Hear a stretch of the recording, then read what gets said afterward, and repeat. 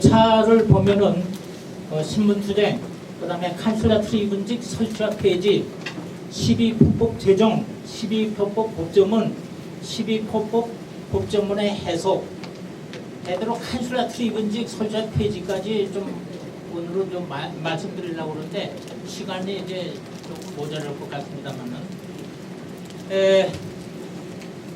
로마는 이제 기원전 494년부터 기원전 287년까지 귀족과 평민 신분 간의 치열한 투쟁을 이제 거치게 되면서 놀랄만한 국가 발전을 이루게 됩니다. 특히 기원전 367년 리케니우스 섹스티우스법이 제정되는 이해, 아주 로마 공화국으로서는 아주 중요한 해입니다. 이때의 그 행정 조직이 이제 어느 정도 완성이 됐고, 그 다음에 오늘날 만국의 법의 원천이라고 하는 12법법 중에서도 좀 중요한 대목, 주로 이제 대목을 좀 붙잡아가지고 상론하도록 하겠습니다. 참고문을 보면은 그 세 번째 김창성 교수가 사료로 읽는 서양사 고대편, 요게 좀 자세하게 좀 되어 있습니다. 많이 좀 이용해 주시기를 바랍니다. 그 다음에 그 브란트의 그 로마 사회사는 제가 번역한 건데 이게 절판된 지 오래됩니다.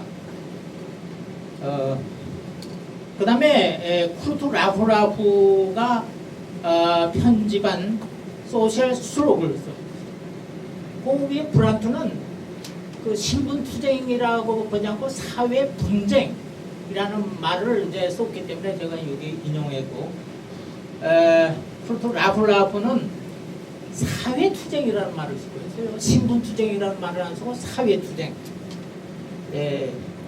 라프라프 교수는 제가 이제 몇 차례 만났는데 학문적으로는 상당히 그 대가지만 나이는 저보다 한 살이 밑이라서 제가 뭐 내세울고 나이밖에 없어서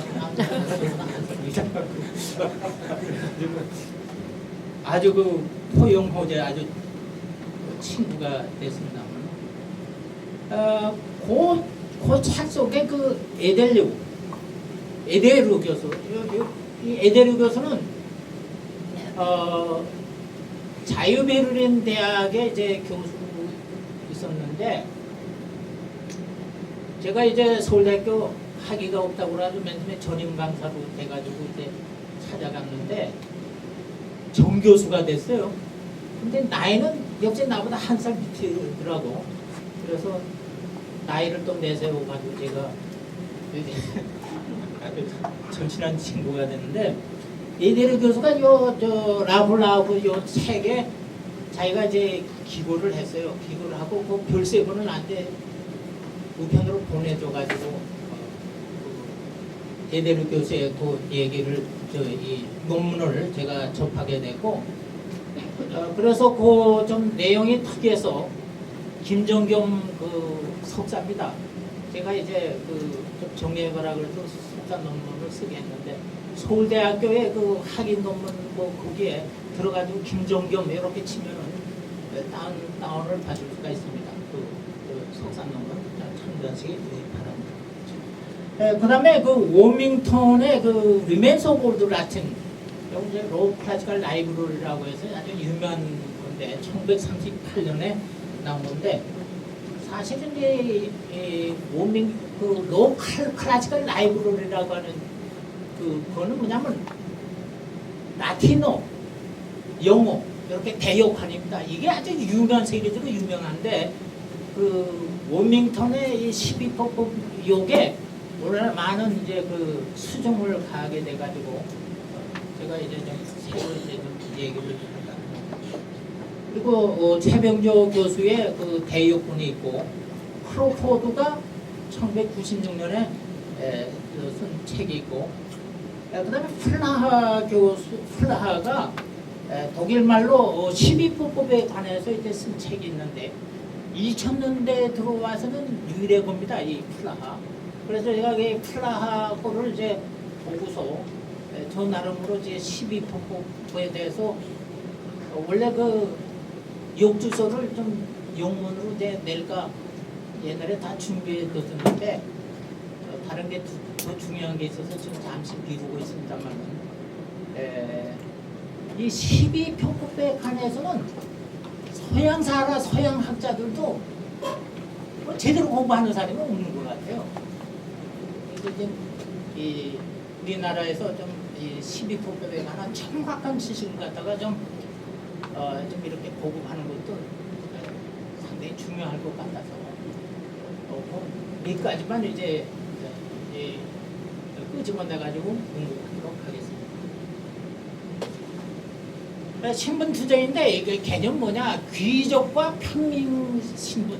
신분은 귀족, 신분, 평민 신분 두 개였습니다. 그러다가 한니발 전쟁이 뭐 이때쯤 해가지고 제3신분이 나타나는데 그게 액부이 때서 기병에서 나타난 기사 신분입니다. 이거 계급으로 기사 계급, 평민 계급, 귀족 계급 이렇게 계급으로 해석하면 안 됩니다. 신분입니다. 그러니까 아까도 말씀드렸듯이 신분 투쟁, 신분 분쟁, 사회 분쟁 이렇게 여러 가지 말로 붙이는데 저는 그냥 통상적으로 신분 투쟁이라는 말을 쓰도록 하겠습니다. 그 과정을 보겠습니다. 기원전 509년에 로마 공화국을 수립한 다음에 기원전 494년에 이렇게 보니까 konsul들이 너무 평민들을 갖다가 자의적으로 이렇게 대우하고 법도 모르고 뭐 그러다가 막 대하고 그래서 이거 안 되겠다 해서 평민들이 저 북쪽에 아니오 강에 있는 몬소 사크라 하는 데로 갑니다. 근데 그 몬소는 산이고 사크라는 거룩하다 그래가지고 일본 사람들인가 뭐 성산 뭐 그래가지고 성산 사건이라고 하는데 이렇게 그냥 막 우리나라 말로 저 편하게 남쪽에 있는 산이라서 남산을 남쪽에 있는 산이다 뭐 이런 식으로 고유 명사를 보통 명사로 바꾸면 안 됩니다. 몬소 사쿠라 서양 사람들한테 성산이라고 그러면 아무도 모릅니다. 아 거룩한 산? 거룩한 산이 뭐 여기저기 다 많이 있죠. 몬소 사쿠라 사건이라 이제 성산 사건이라면 안 됩니다. 그래서 이게 이제 뭐냐면 시케시오라고 하는 이제 분리, 이탈 이런 뜻입니다. 스트라이크 이렇게 있습니다. 뭐냐면 귀족들이 콘술을 앞서가지고 너무 평민들을 핍박하니까 그래? 그러면 좋다. 우리 아예 몬소 사쿠라에 가가지고 우리 평민들만의 나라를 하나 세우겠다. 그래서 분리해서 나갑니다. 귀족들은 평민들이 있어야 귀족이죠. 최고 군사령 가는데 쫄병이 하나도 없으면은 뭐가 됩니까? 부하쫄 병졸들이 많아야 그것도 장군의 역할을 할 수 있지 않습니까? 그러니까 귀족들은 평민들이 떨어져 나가지고 나라 하나 세운다니까 큰일 났습니다. 그래서 가가지고 타협을 합니다. 제발 그러니까 평민들이 그럼 우리 요구 조건을 들어주라. 그건 뭐냐? 우리 평민들의 대표자들을 뽑을 테니까 그거를 인정을 하고 그래서 이제 호민관을 이제 추천한 겁니다. 처음에 2명, 조금 이제 4명, 뭐 10명 이렇게 됐는데 호민관은 몸은 신성불가침이다. 그러니까 귀족들 너희들이 함부로 호민관을 손대지 말라. 이게 죽이지 말라. 린치가 해가지고 죽이지 말라는 그런 뜻입니다. 그리고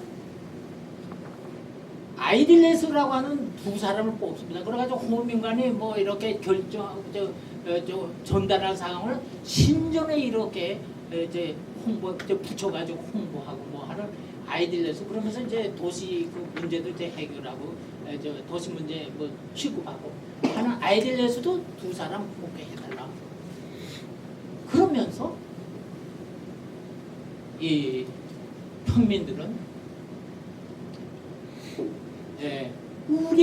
구리아회를 열어가지고 우리가 추천하는 호민관들을 뽑으라, 아이들레스를 뽑으라, 이렇게 요청을 합니다.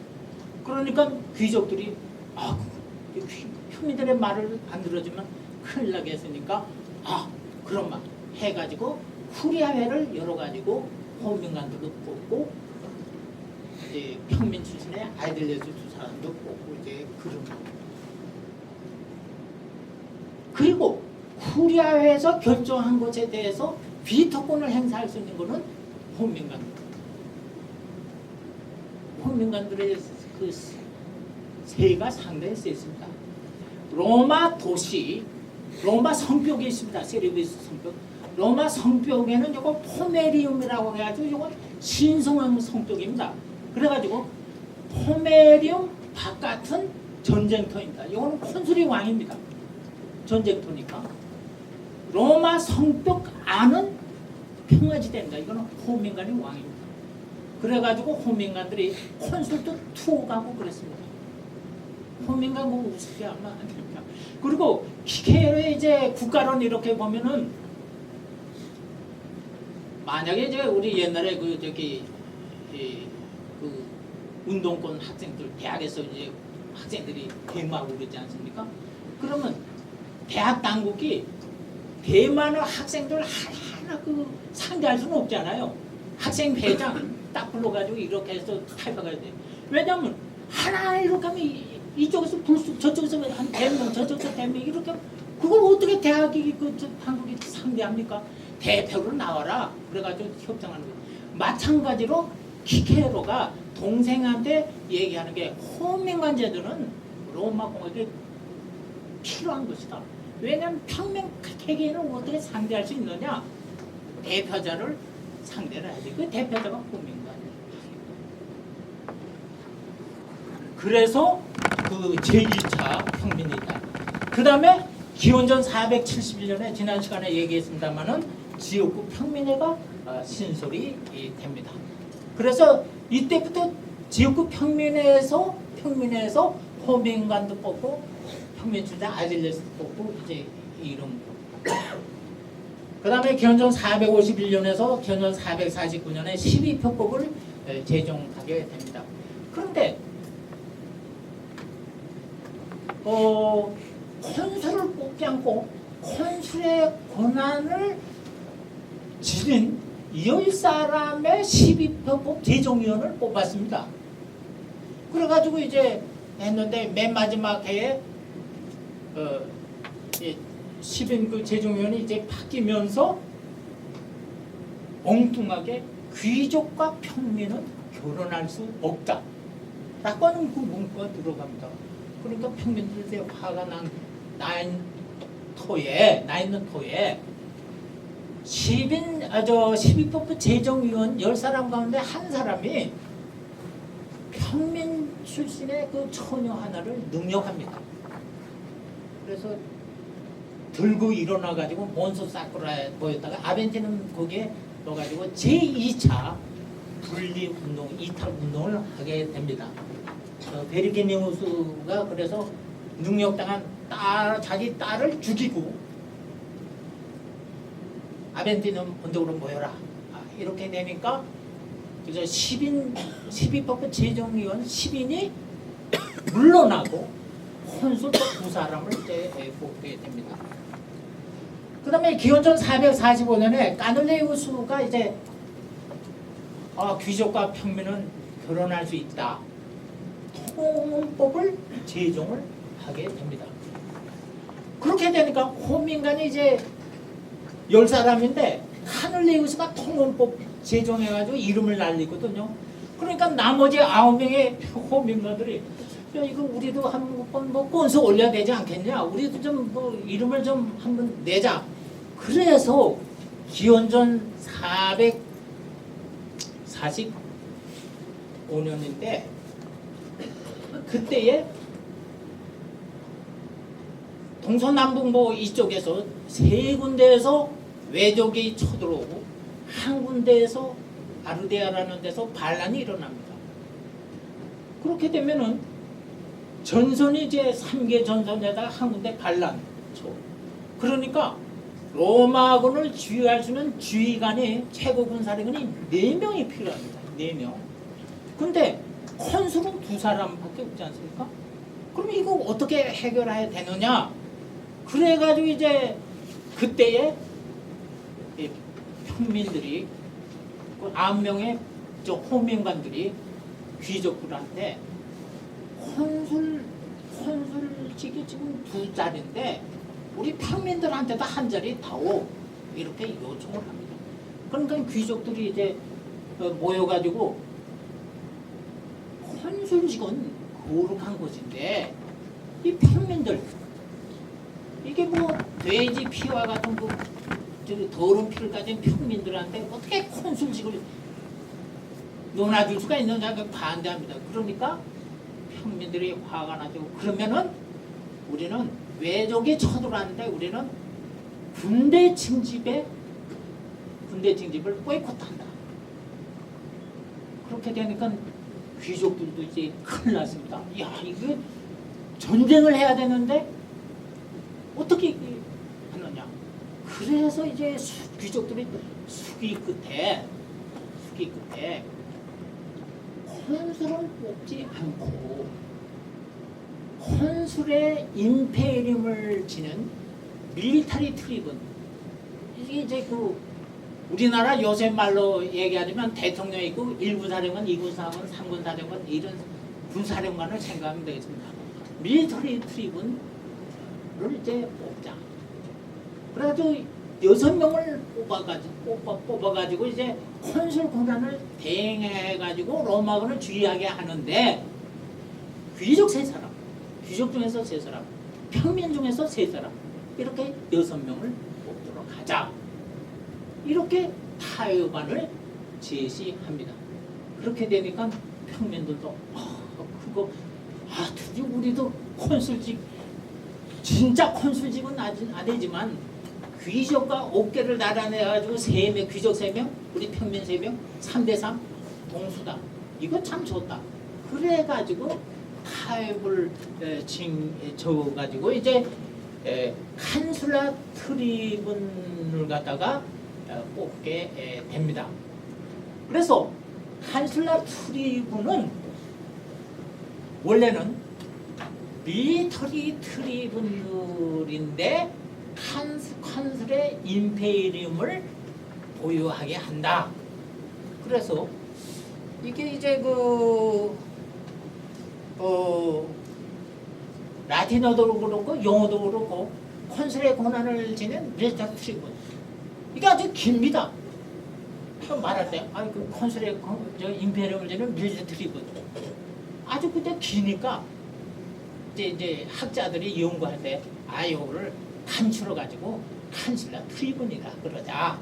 그래서 그 칸슐라 트리븐이라고 하는 이 편법으로 그렇게 부르는 것입니다. 그러니까 콘술의 권한을 지닌 밀리터리 트리븐. 근데 이제 그 밀리터리 트리븐이라고 할 때 이거를 잘 모르는 사람들은 군사 호민관이라고 부르는 사람들이 있어요. 군사 호민관 이거 아닙니다. 호민관은 원래 플레비안 트리븐입니다. 평민의 그 챔피언이라는 뜻이고, 밀리터리 트리븐은 군대의 챔피언. 그러니까 밀리터리 트리븐은 군대 지휘관, 그리고 플레비안 트리븐은 호민관. 근데 그 밀리터리 트리븐은 군사 호민관 이렇게 번역하면 안 되고, 옛날에 그 무슨 왕중화라든가 무슨 베너라든가 무슨 이런 거 영화 번역자들이 그 자막한데 조금 뭐 군사 호민관 이렇게 뭣도 모르고 이제 번역하는데 그거 다 틀린 겁니다. 호민관은 군 지휘관을 어떻게 호민관으로 이렇게 부르는 겁니까? 이거 완전히 이제 그건 이제 몰라서 그런 건데 하여튼 그런데 이제 그 기원전 444년에 귀족 3사람, 평면 세 사람 칸슬러 트리븐을 이제 뽑게 됐는데 이제 귀족들이 가만히 생각하니까 너무 억울하다. 칸슬러 트리븐 세 자리를 평면한테 주다니. 그래서 그 보상책으로서 이제 뭐 이제 그 신설하는 게 캔소루지 기원전 443년 캔소루라고 그러는데 이건 앞으로 얘기를 하겠습니다만은 신분 투쟁설에 입각한 것이고 실제로는 센서스 콘술이 센서스 조사를 하는데 17년간 센서스 조사를 못했어요. 그래서 이건 나라도 커지고 뭐 행정 부담도 많아지니까 캔소루직을 센서스 조사를 전담할 수 있는 정무관을 뽑자. 그래가지고 이제 뽑게 된 것입니다. 그 다음에 이렇게 쭉 나오다가 기원전 367년에 리케니우스 섹스티우스급이 제정됩니다. 이거는 이제 칸슬러 트리븐 처치 페이지에서 자세히 말씀을 드리겠습니다만은 리케니우스법에서는 어떻게 되냐면은 지금까지 칸슬러 트리븐 즉 귀족 세 사람, 평민 세 사람 이렇게 6명을 뽑았는데 아예 칸슬러 트리븐직 이거 제도 자체를 없애버리자. 그래가지고 콘술직을 부활해가지고 두 사람인데 귀족 한 사람, 평민 한 사람 이렇게 뽑자. 왜냐면 그전에도 3대 3이었으니까 칸슬러 트리븐직도 귀족 셋, 평민 셋 3대 3인데 콘술 두 사람 이거 1대1 3대 3 이렇게 해서 뽑고 그 대신에 재판 업무량이 이제 크게 이제 늘어납니다. 근데 재판을 하는 것도 콘술이니까 최고 재판관은 콘술이었어요. 근데 콘술이 뭐 이게 행정 그 업무량이 막 늘어나니까 재판까지 할 수가 없으니까 프라이토르라고 하는 재판관을 한 명 뽑자. 그래가지고 기원전 367년에 재판관을 이제 그 프라이토르라고 하는 재판관을 뽑게 되고 조금 있다가 로마 시민들끼리의 재판 사건뿐만 아니라 로마 시민과 외국인들 간의 재판 사건이 이제 소송이 그랬을 때는 외국인 담당 프라이토르직을 하나 더 만들고 그 다음에 속주를 또 만듭니다. 그럼 속주 총독을 보내는 거 프라이토르. 그래서 한 명에서 8명으로 이제 늘어나게 됩니다만 하여튼 처음에는 한 명이었습니다. 그 다음에 그 쿨리스 아이딜리스라고 하는 거는 이제 나중에 또 말씀을 드리겠습니다만은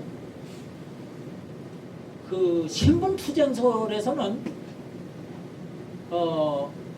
콘술직을 평민한테 하나 넘겼다. 그럼 그 보상을 얻어야 되지 않겠느냐. 그래서 프라이토르라고 하는 재판관직을 하나 창설했습니다. 이거는 귀족 출신입니다. 그렇게 했는데 귀족들이 아주 기분이 좋아가지고 대국민 화합 대경기대를 열자. 근데 경기대를 여는 것은 평민 출신의 아이딜리스의 몫이었습니다. 그런데 리뷰스의 로마사를 보면은 평민 출신의 아이딜리스 두 사람이 아주 기분이 울적해가지고 또 귀족들이 또 프라이토르직 차지했네. 그래가지고 열지를 않습니다. 그러니까 귀족들이 그러면 우리 귀족 청년들 중에서 아이딜리스 두 사람을 뽑아가지고 대경위회를 열겠다. 그래서 쿨리스 아이딜리스 그 상을 달린 의자에 앉는 아이딜리스 그 귀족 출신 두 사람을 뽑았다. 여기서 귀족 이제 요것도 이제 신분 투쟁 소리고 그러나 그 로마 도시의 그 치안이라든가 위생이라든가 여러 가지 그 도시 문제를 해결하기 위해서 행정 부담이 너무 많으니까 이걸 이제 뽑았다는 이런 이제 설명도 이제 나오게 되는 것입니다. 그 다음에 이제 쭉 보면은 기원전 356년에 딕타토르 법제관, 딕타토르도 평민 중에서 선출하게 되고 기원전 342년에는 콘술 1위는 반드시 평민에서 선출해야 된다. 아주 명문화됩니다. 법을 제정가지고 그 전에는 뭐 콘술 평민에서 뽑지 않은 경우도 있었거든요. 그러니까 완전히 이제 뽑자. 그 다음에 기원전 339년은 캔소루 두 사람인데 1위는 반드시 평민 중에서 선출하자. 기원전 337년에 프라이토르도 이제 평민에서 선출하게 되고 기원전 300년에는 사제직의 절반은 평민에서 선출하자. 기원전 287년에 제3차 평민이 이탈해가지고 호르텐시우스법이 제정됩니다. 지난번에 말씀드렸습니다만은 호르텐시우스법이 제정되기 전까지는 평민에서 법률안이 통과되면은 평민의 교리사항에 불과합니다. 그게 법으로 인정을 받았는데면 원론의 승인을 받아가지고 지역구 시민에서 정식으로 통과돼야 넥스 법이 되는데 이제는 지역구 평민에서 플레비스키다 이게 통과되면 이거는 넥스로 인정을 받습니다. 그래서 평민에서 통과된 법은 귀족이 위반하면 처벌받습니다. 왜냐하면 법적 효력이 발생합니다. 법적 구속력이 전 시민, 귀족들에게도 다 적용이 되는 것입니다. 그래서 기원전 287년에 법률상으로는 귀족과 평민의 신분투쟁은 완전히 끝나고 신분상으로 이제 동등하게 된다. 이렇게 생각하면 되겠습니다.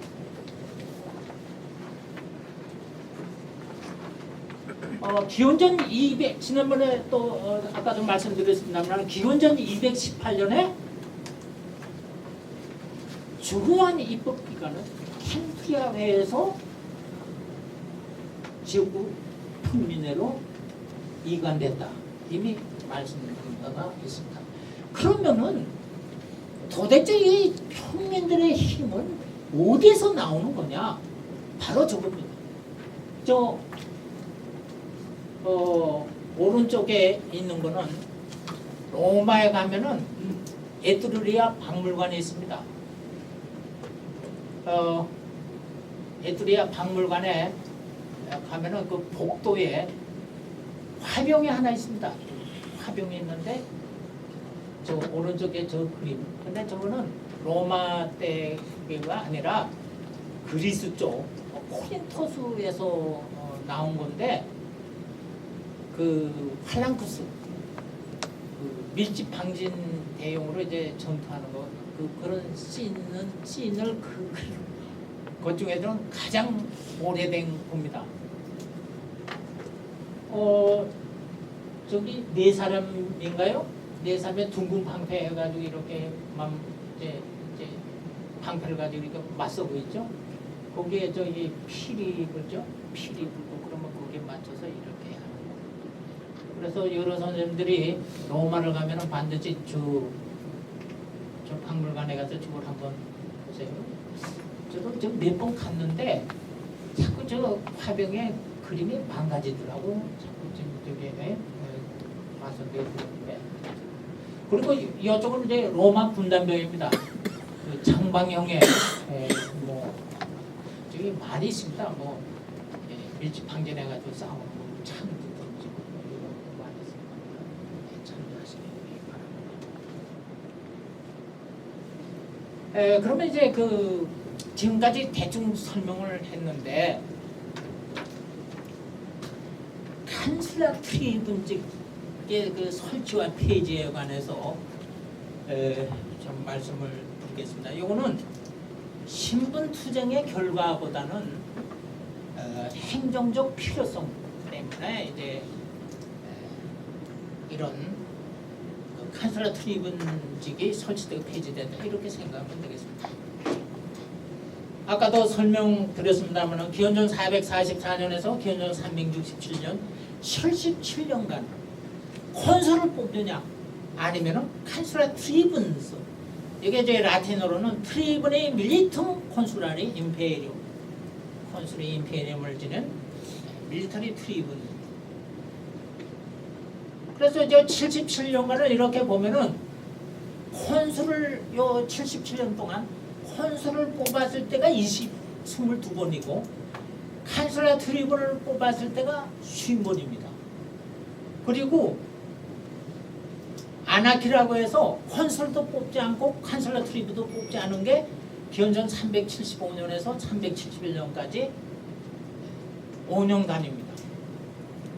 대개 그 서양의 그 개설서에는 이런 얘기는 안 나오고 대개 콘솔 얘기만 나오는데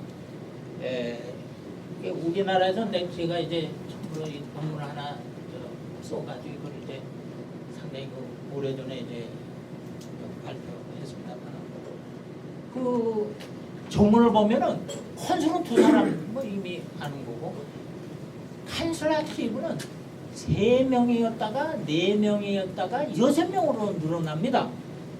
그래서 기원전 444년에서 기원전 427년까지 칸슬라 트리븐의 수는 3사람입니다. 그리고 이때는 칸슬라 트리븐보다는 콘술을 뽑았을 때가 많습니다. 그러니까 콘술 2사람 뽑을 때는 칸슬라 트리븐 안 뽑죠.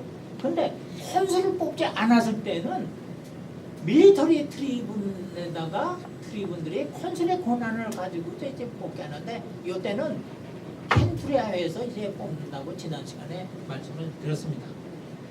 그래서 이때는 칸슐라 트리븐은 기원전 444, 438, 434에서 432까지 5차례에 걸쳐서 칸슐라 트리븐을 뽑았고 그 나머지는 전부 콘술을 뽑습니다. 그러나 기원전 426년에서 기원전 406년에 그 4사람을 뽑는데 이때는 칸슐라 트리븐보다는 콘술보다는 칸슐라 트리븐을 더 많이 뽑게 됩니다. 그래서 기원전 423년, 기원전 421년, 기원전 413년에서 9년 단 7번에 걸쳐서 콘술을 뽑고 그 나머지는 전부 칸슐라 트리븐을 몇 명? 4사람을 뽑았습니다.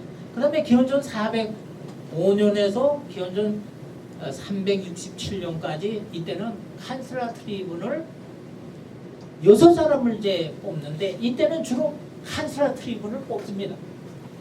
콘술을 뽑았을 때는 단 2차례 기원전 393년에서 392년 그리고 기원전 375년에서 371년까지는 5년간 아나키 시대로서 콘술도 뽑지 않고 칸슐라 트리븐도 뽑지 않습니다. 그러나 이때 칸슐라 트리븐은 6사람인데 귀족 중에서 3사람, 평민 중에서 3사람 이렇게 뽑습니다. 그 차이점 뭐냐? 콘술은 귀족만이 뽑혔고 칸슐라 트리븐은 평민도 귀족과 동수로 이제 뽑혔다고. 근데 아까도 설명했습니다만은 통곤법에서부터 리키니우스법까지 이제 77년간 아주 이게 중요한 것인데 여기에 대해서 2가지 설명이 있습니다. 하나가 정치적 설명이고 대체 설명인데 정치적 설명은 신분투쟁설이고 대체 설명은 행정개혁설입니다. 정치적 설명은 귀족과 평민 간의 치열한 신분투쟁 끝에 정치적 타협의 산물로서 등장한 것이다. 이것이 전통적인 견해입니다.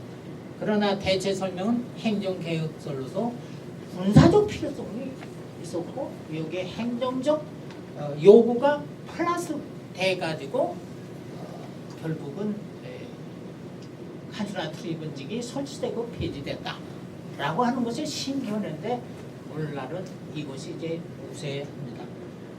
이렇게 투쟁 과정 보면은 이 정치적 설명, 대체 설명 이거 다 리비우스의 로마사에 나오는 얘기입니다.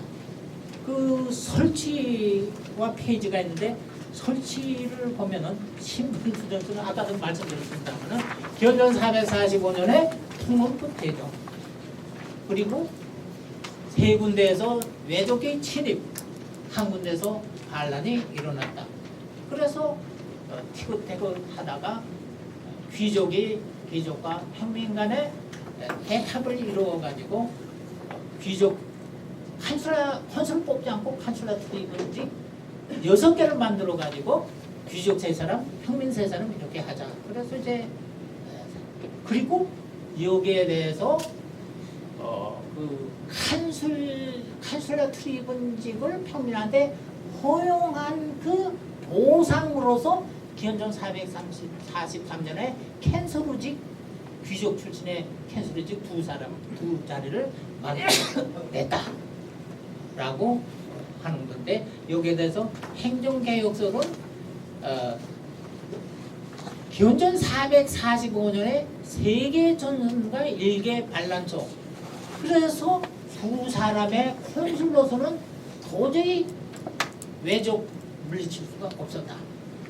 이 긴박한 군사적 필요성에다가 행정적 업무량이 중과돼가지고 콘술 대신에 칸슬러 트립을 뽑아가지고 로마군 최고 사령관을 이제 로마 군대 함께 이제 급파해가지고 그 군사적인 난국을 헤쳐나가자 이렇게. 그리고 이제 기원전 443년에 그 센서스 조사 이거는 이제 17년간 콘술이 이제 해야 되는데 못했으니까 캔소르직도 이제 뽑게 된다. 그리고 그 캔소르직 그 솔직히 그 신분투쟁설과 행정계는 그렇게 캔소르직도 상반된 그런 견해를 내놓고 있습니다. 그 제 견해는 인과관계 전도라는데 제 견해가 뭐 하늘에서 뚝 떨어진 게 아니라 여러 이제 학자들이 역사가들이 얘기한 걸 제가 그냥 편의상 그렇게 붙인 건데 이게 뭐냐면은 리비우스는 귀족과 평민 간의 치열한 신분투쟁 끝에 그것이 원인이 돼가지고 그 결과로서 나온 것이 칸슬러 트리븐직이고 또 그 정치적 보상으로서 나온 것이 캔소르직이다. 이렇게 설명을 하고 있습니다. 신분투쟁 리비우스는. 그런데 오늘날의 그건 뭐냐면 다릅니다. 신분투쟁설이 원인이 아니라 원래는 네 군데의 군사령관이 필요했다. 이게 군사적 필요성입니다. 그래가지고 4명의 최고 군사령관을 뽑아야 되는데 그것을 놓고서 누가 차지하느냐? 귀족과 평민 간의 치열한 신분투쟁이 일어나가지고 칸슬러 트리븐직이 일어났다. 그러니까 군사적 필요성, 행정적 요구 이것이 원인이 돼가지고 그 관직이 이제 뽑게 되는데 그 자리를 놓고 신분투쟁이 일어나고 그러한 그 관직이 결과적으로 나타났다. 그런데 요거를 리비우스는 신분투쟁을 아주 드라마틱하기 위해서 신분투쟁의 원인이 돼가지고 관직이 이렇게 설치되고 폐지됐다. 이렇게 설명하려고 그러니까 그 리비우스의 로마서는 무슨 점이 많이 나타나게 됩니다. 조금 남았는데 어떻게 다 끝나는 게 좋겠죠? 저 다음 시간에 이제 12법법 얘기하더라고. 근데 이제 페이지는 뭐냐? 신분투쟁서는 아까도 말씀드렸습니다만은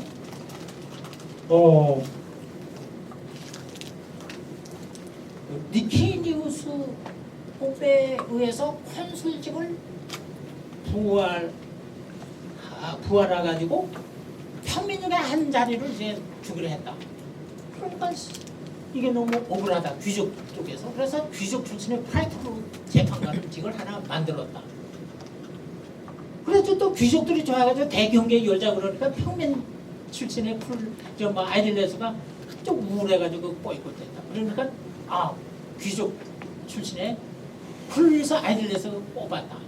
이렇게 이제 신분투쟁서는 이제 되는데 행정개혁서는 뭐냐면 갈리아 파국 기원전 390년입니다. 갈리아인들이 이제 7개월간 로마 시내 그 아벤티눔 언덕 외에 나머지 6개 언덕을 이제 점령했다가 7개월에 물러납니다. 그래서 이제 여러 가지 재판 사건, 뭐 소송 사건 이런 게 복잡하고 나가지고 행정상의 기능 분화가 이제 필수적이었습니다. 그래서 이거 안 되겠다. 그래가지고 콘슬러 트리븐직을 폐지하자. 그리고 콘술직을 부활해가지고 귀족 하나, 평민 하나 이렇게 하자. 그러면서 콘술이 재판 전담관이었는데 콘술의 일이 너무 많으니까 프라이프라고 하는 재판관직을 하나 만들자. 그리고 차제에 로마 도시의 행정을 갖다가 당당할 아이들에서 그 이제 귀족에서 뽑자 이렇게 해가지고 이제 그 행정 개혁설로 이제 얘기하는 게 이제 신설이 되겠습니다. 그래서 이제 그러면 제 견해를 말씀드리면은 이거야말로 이 콘슐라 트리븐직 페이지에 관해서 이거야말로 그 리비우스의 로마사에 나오는 설명은 이거는 억지입니다. 신문 투쟁을 갖다가 드라마틱하기 위해서 이제 억지로 이런 막 이제 그 자기적으로 역사를 이제 쓴 겁니다. 그 세 가지 에피소드가 있는데 에피소드 이제 이름 뭐냐면 리키니우스 처의 행보가 됩니다. 뭐냐면 리키니우스의 와이프하고 그 리키니우스 처의 언니가 이제 있는데 언니는 귀족한테 시집을 가고 이제 리키니우스 처는 평민인 리키니우스한테 시집을 갔습니다. 그래가지고 이제 자매가 만나는데 그 언니 남편은 칸슐라 프리븐이었습니다.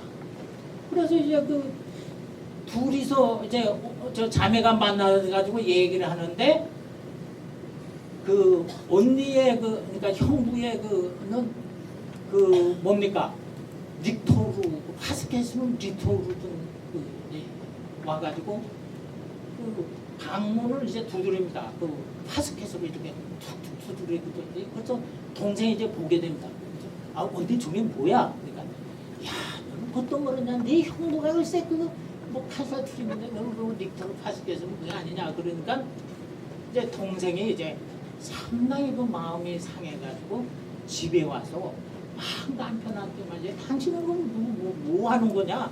그러니까 이제 또 남편도 아 그래 그래가지고 리키니우스와 친구인 섹스티우스가 이제 장인한테 가가지고 이거 어떻게 하면 좋습니까? 아 그러면 뭐 콘술이 뭐 되면 되지 않느냐? 그래가지고 이제 콘술이 뭐 이렇게 운운하는데 이게 이제 그 분명한 것은 리키니우스의 그 처의 그 언니의 그 남편 이제 귀족인데 콘술이 아닙니다. 칸슐라 트리븐이고 리키니우스도 평민이지만 칸술이 될 수가 있었어요. 3대 3이니까. 그런데 그 얘기는 안 하고 콘술이 돼야 된다고 엉뚱하게 이제 저희 리비우스가 장난질 쳐가지고 이제 그건 이제 뭐냐면 신분 투쟁을 이제 그 드라마틱하기 위해서.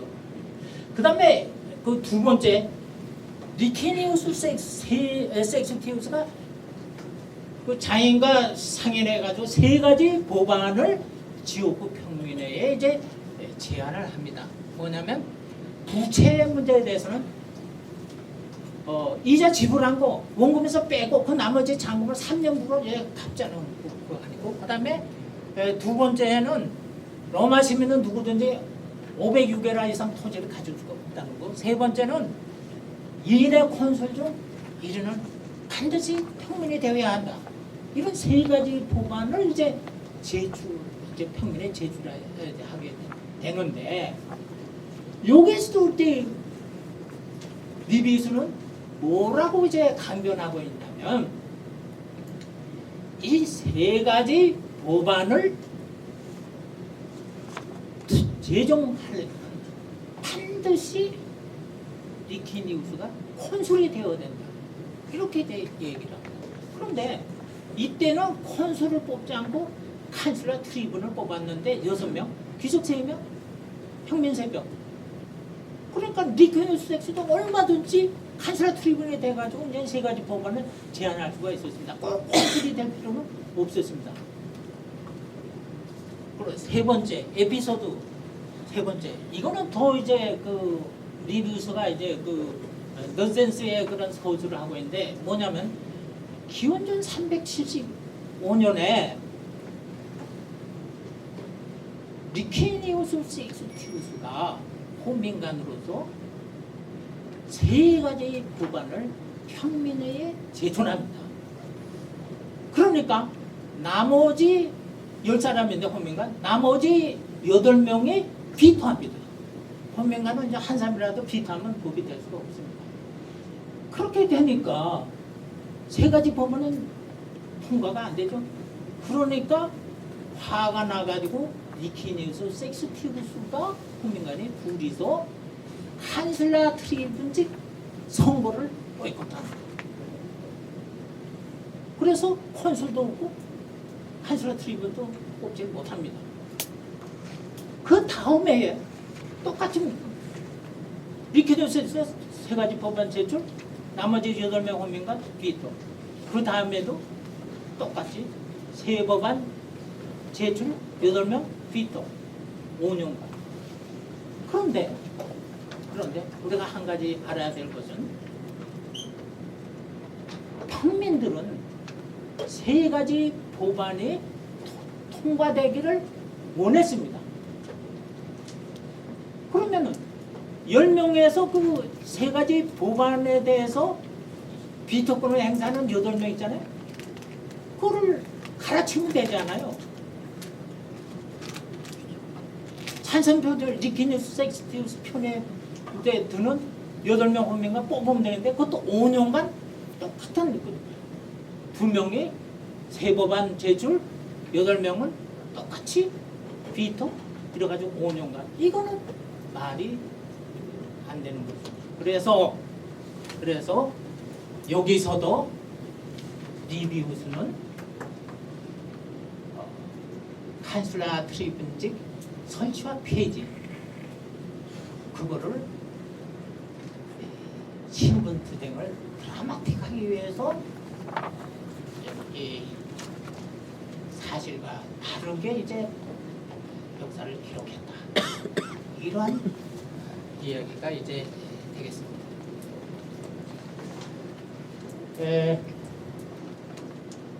12법법 제정에 대해서는 다음 시간에 좀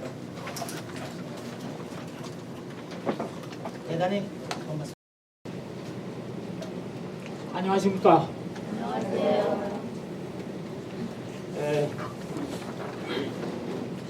오늘 끝나면은 4번 꼭 절반이 지납니다.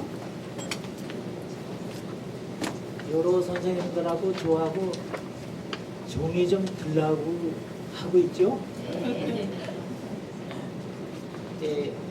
끝나는 날 정이 완전히 들면 헤어지게 됩니다.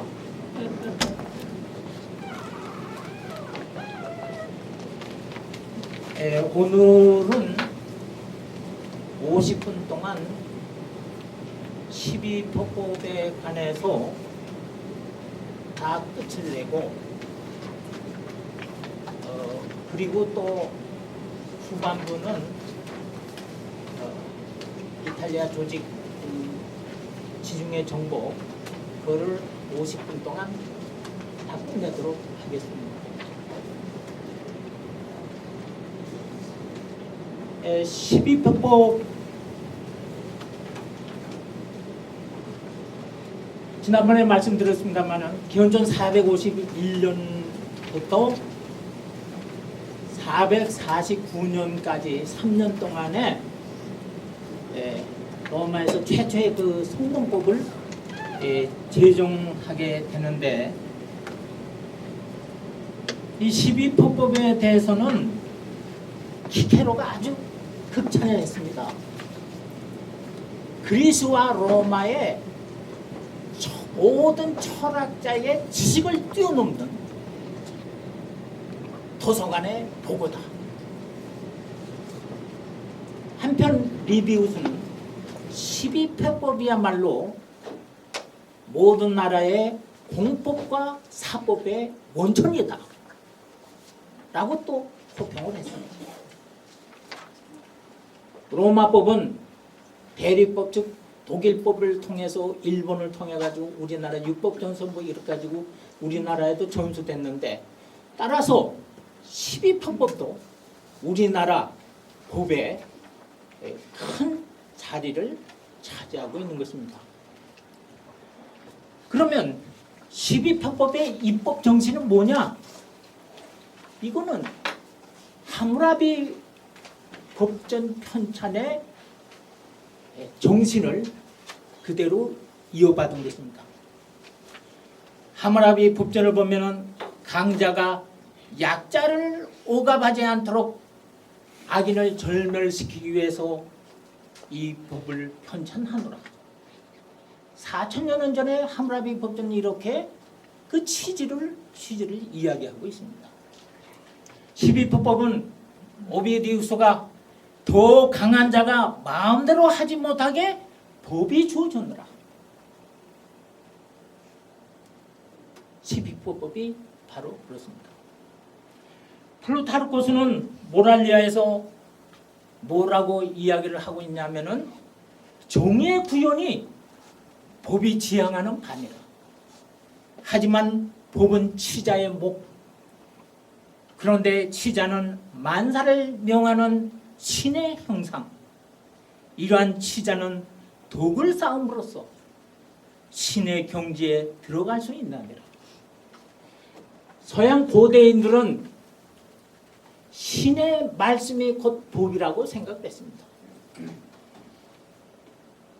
그리고 국가를 통치하는 통치자는 신의 아들이라고 생각을 했습니다.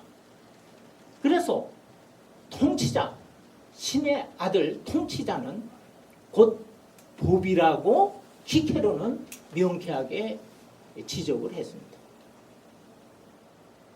그래서 통치자가 약자를 위해서 통치를 할 때 그 통치자는 신의 경지에 들어간다고 서양의 고대의 치자와 피치자들은 그렇게들 다들 생각을 했습니다. 오늘날 유전 무죄요, 무전 유죄, 뭐 정관예우 뭐 하는 우리나라 이거 뭐 이렇게 생각하면은 영 딴판인 것입니다. 로마법을 이렇게 보면은 입법 취지가 뭐냐, 법 조문이 뭐냐, 이거 가지고 항상 갈등을 느끼면서 싸웠습니다.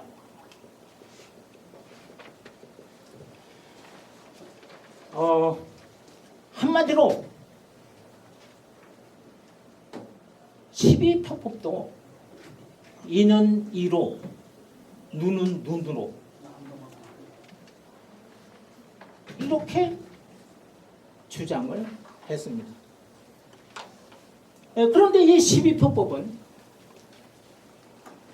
스컬라드 같은 유명한 역사가는 귀족과 평민 간의 치열한 정치적 투쟁 끝에 신분 투쟁이 대성을 거두어가지고 나온 결과물이 바로 12표법이다.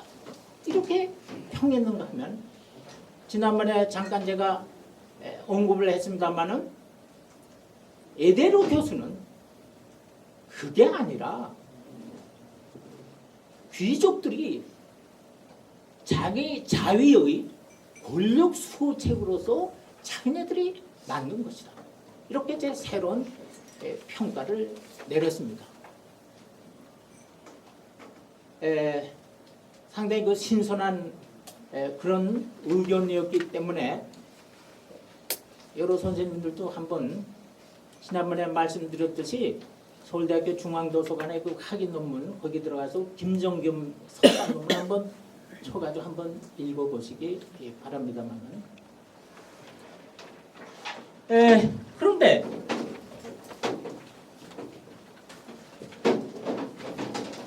이 12표법은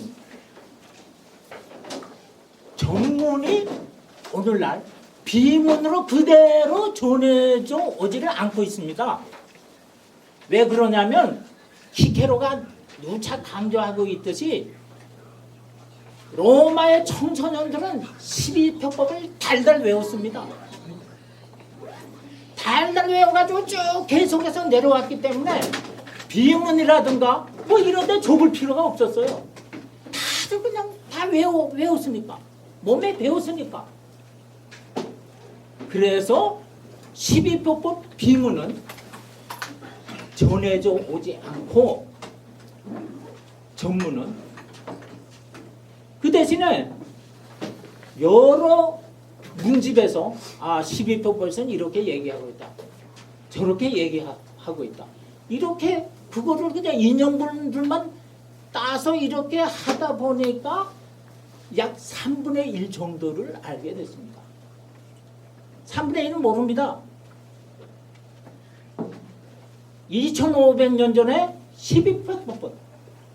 그거는 법조문이 전해오지 않는데 4000년 전에 하무라비 법전은 비문에 적혀 내려옵니다. 아이러니한 것이죠.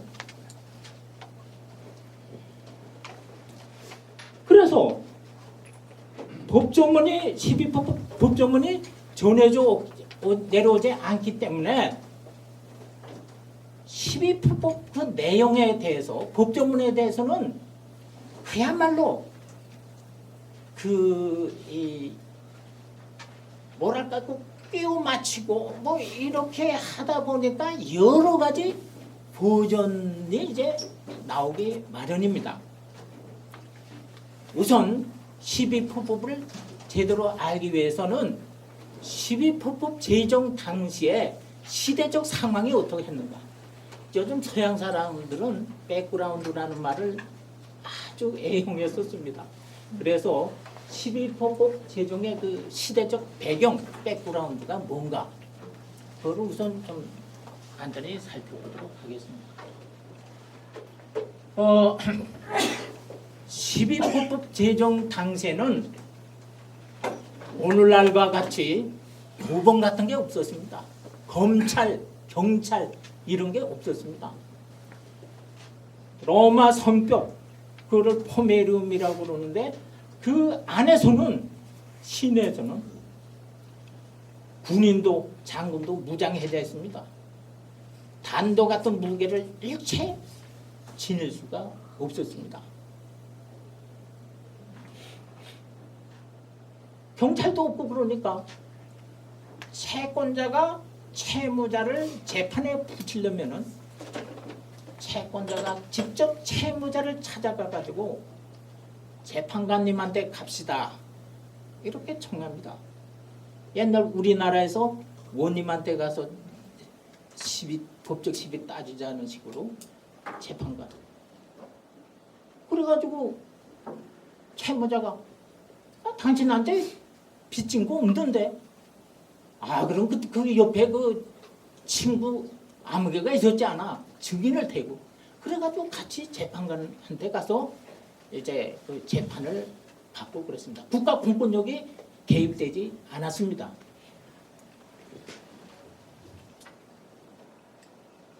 재판관은 그럼 누구냐? 12포법 제정 당시에는 콘술이었습니다. 물론 그때는 이제 콘술을 뽑지 않고 콘술의 권한을 지닌 10인의 위원을 뽑아가지고 이제 12포법을 제정하게 됐으니까 조금 다릅니다만은 하여튼 그전 그리고 그 재판관은 콘술이었습니다. 그런데 오늘날 이렇게 보면은 법무관이라고 이렇게 번역하는 사람들이 있는데 이 동양권에서 특히 그렇습니다. 이 법무관은 프라이토르를 이제 번역한 것 같은데 프라이토르는 이미 지난번에 누차 강조했습니다마는 니케니우스법이 제정되면서 프라이토르직이 창설됐으니까 기원전 367년입니다. 12포법 제정 이후죠. 프라이토르 12포법 제정 때는 없었습니다. 그리고 법무관이라고 하는 그 번역어도 틀렸습니다. 오늘날 우리나라 군법무관 할 때 법무관은 재판관이 아니라 군 검찰관, 군 변호사입니다. 재판관은 피고보다 계급이 피고가 대령이면은 재판관은 한두 계급 높은 준장이나 투스타입니다.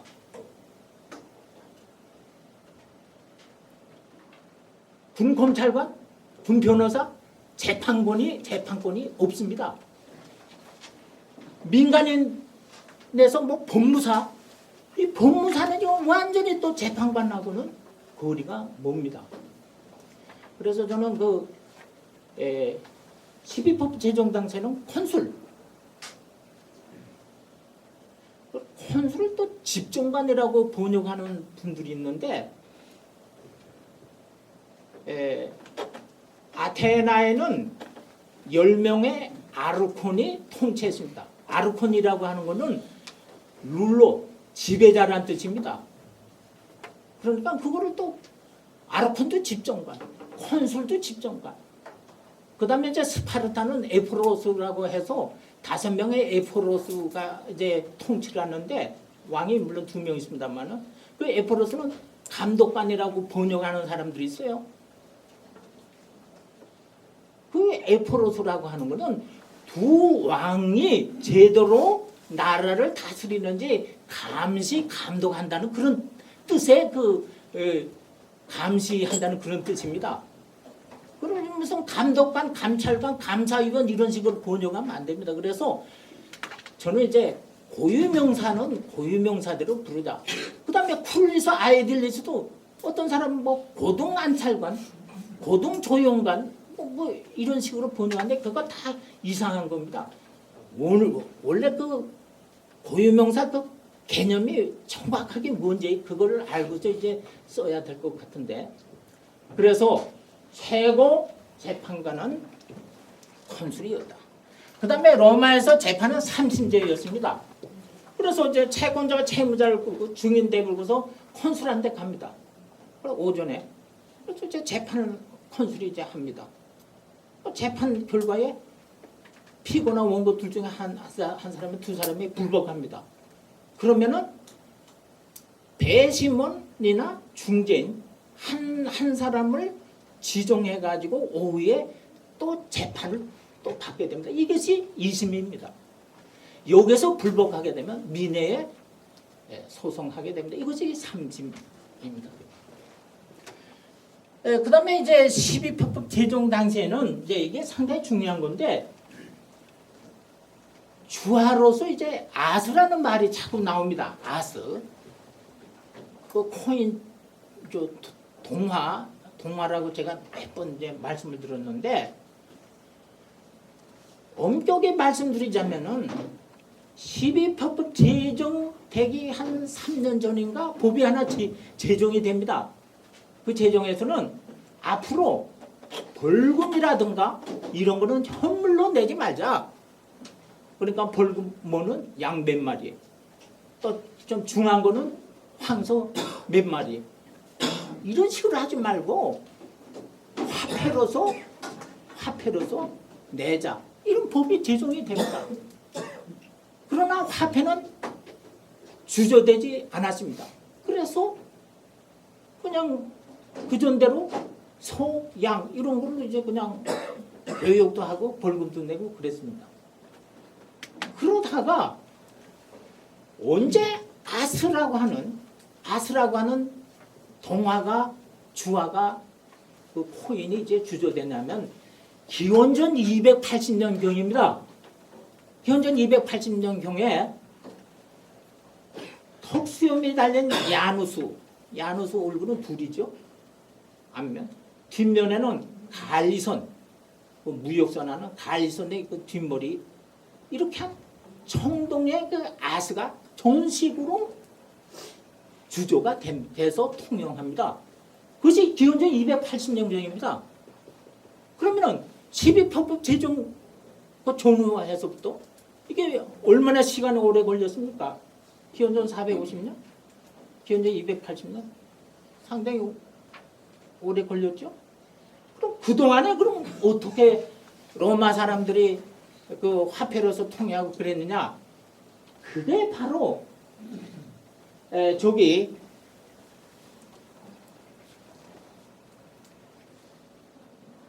아이스 요거 시구나툼이라는 게 있습니다. 요 아이스 시구나툼. 요거는 뭐냐면은 구리 동괴, 동간, 구리 막대기, 동편, 구리 그 파편, 구리 조각들 거기에 황소 뭐 어떤 바가는 삼지 무슨 이 바가는 그거 이런 국가의 그 인장을 상징하는 그것이 딱 그 이제 그려져 있는 그 동변이 동간이니 동편 이런 것을 화폐로 썼습니다. 그럼 실제로 매매 거래를 어떻게 했느냐? 그건 조금 이따 설명을 하도록 하겠습니다. 따라서 그 다섯 번째 12포표에 나오는 아시드와 프로레타리아 이거 이제 그 처음에는 유게라 토지 면적을 얼마나 갖고 있느냐 이렇게 따지다가 아스로 이제 뭐 보병 제일 등급하면 10만 아세스 이상 그런데 이렇게 쓰게 된 거는 12편법 제정 이후 뭐 정확하게는 기원전 280년경 이후에나 정식으로 아세스가 이제 아수가 화폐로서 통용되고 있었다 이렇게 생각하면 되겠습니다. 그 다음에 이제 그 로마 시민은 소송을 제기할 때 사크라멘tum을 내야 됐습니다. 이 사크라멘tum은 신성한 그런 뜻인데 일반 사람은 이걸 신성 도금이라고 번역을 하는데 이게 자꾸 그 저기 가만히 놔두면 자꾸 재판을 자꾸 이제 저 소송을 제기하잖아요. 그래서 신중을 기하라. 만약에 재판할 때 이제 재판하는 건 원래 돈 내걸기 아닙니까? 이기면은 돈 갖고 지면은 뺏기는 건데 그래서 돈을 미리 뭐 서약금 무슨 뭐 이런 걸로 공탁금 이런 걸로 예치금 이런 걸로 냅니다. 재판할 때 내 가지고 이기면은 찾고 지면은 그냥 뺏기는 겁니다.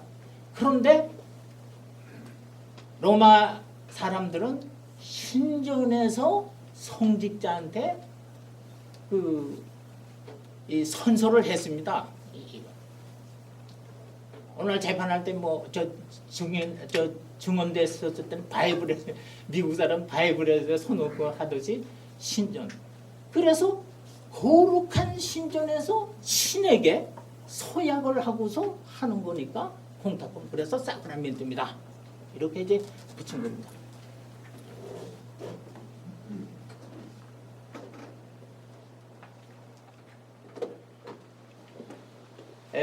그러면은 12편법의 그 문체는 고풍스럽고 단순하고 간결하고 투박하되 법률적으로 명쾌하고 정확합니다. 그러나 이제 원문 텍스트가 전하지 않고 있어서 여러 가지 이제 보존들이 나온다고 말씀을 드렸는데 솔직히 말씀드려서 제가 지난번에 12편법 전문은 아주 알 수 있게 우리나라 말로 번역을 해가지고 제가 올리겠다고 이제 말씀을 드렸는데 제가 다 이제 해놨어요. 다 이제 써놨습니다. 그런데 시간이 너무 없는 거예요. 50분 동안에 이걸 다 맞춰야 되는데 한 4시간 정도 가지면은 그 12편법은 쫙 한번 이제 처음부터 끝까지 좀 해보겠는데 이게 시간이 죄입니다. 그래서 여러분도 저한테 뭐 야단치지 마시고 시간 때문에 어쩔 수 없구나 이렇게 생각하시고 나중에 그 책을 하나 낼 때는 그 좀 전문도 좀 올리고 그럴 테니까 그때 좀 이렇게 봐주시면 고맙겠습니다. 그리고 여기 이제 간단하게 올린 거는 김창성 교수의 그 사료집에서 이렇게 좀 올렸습니다. 뭐 김창성 교수도 다 올린 게 아니라 일부만 올렸기 때문에 저도 이제 그것만 이렇게 좀 우리나라 말로 좀 많이 번역이 되어 있기 때문에 그래서 한 가지 12편법의 라틴어 원문은 이런데 오늘날 현대인 법사가들은 이렇게 번역들을 하고 있다. 그 맛만 좀 일단 보여드리도록 하겠습니다.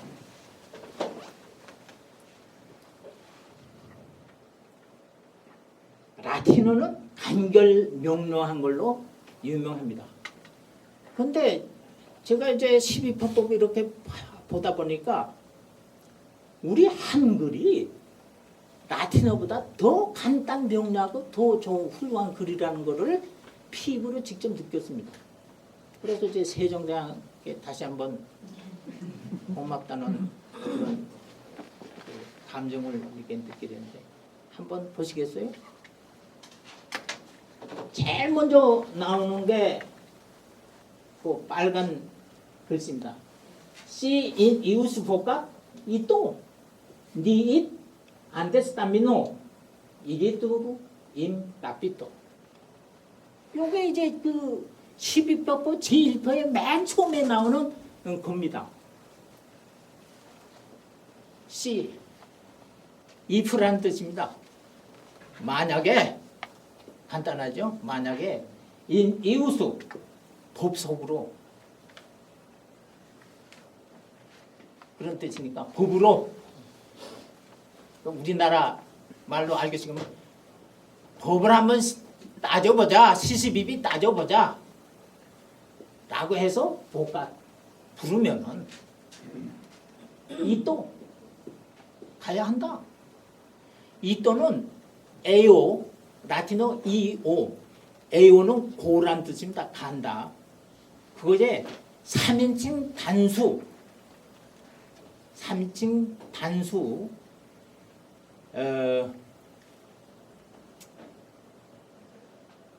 능동 미래 능동 명령형입니다.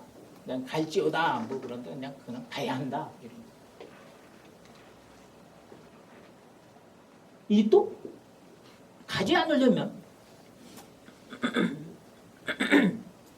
안데스 담미노 정의를 불러라. 정의를 불러라. 그래서 이리뚜루 그래서 임 나피토 그를 증인한테 데리고 가야 한다. 나피토는 따삐오의 3인칭 단수 미래 능동 명령형입니다. 역시. 그래서 이제 이렇게 12법 보면 끝에 이또 따삐또 또 오 이렇게 하는 건 이거는 전부 3인칭 단수 미래 능동 명령형이라는 거를 알게 됩니다. 자, 그런데 이제 여기에서 좀 문제로 삼아야 될 게 맨 처음에 C라는 게 나오는데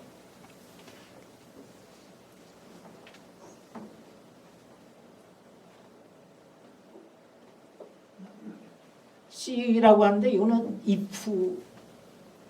if죠? 독일어의 when 반드시 서양 언어는 if, when 이렇게 꼭 들어가야 문장이 구성됩니다.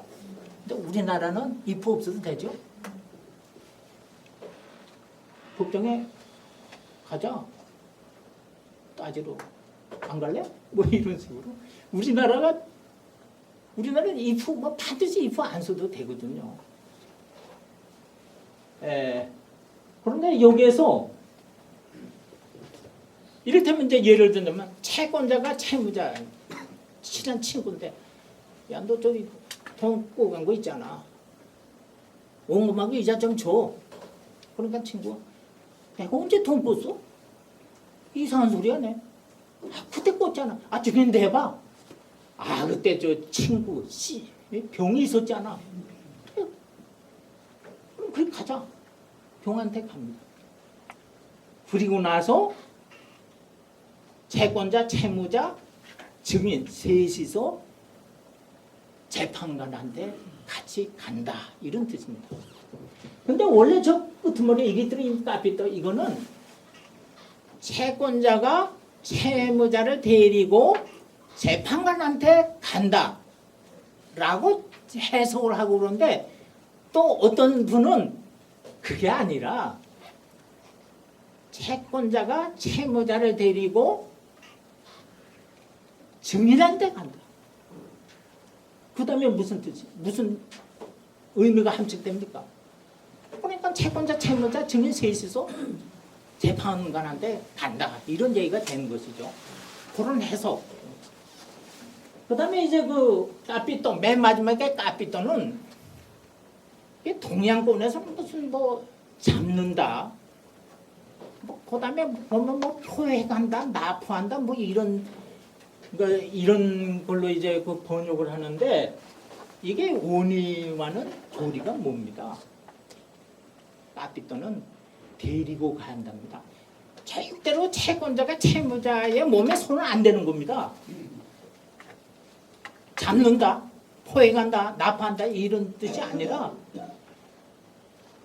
같이 간다라는 뜻입니다. 그러니까 우리나라의 법적 용어로는 동행한다라는 뜻이에요. 동행한다.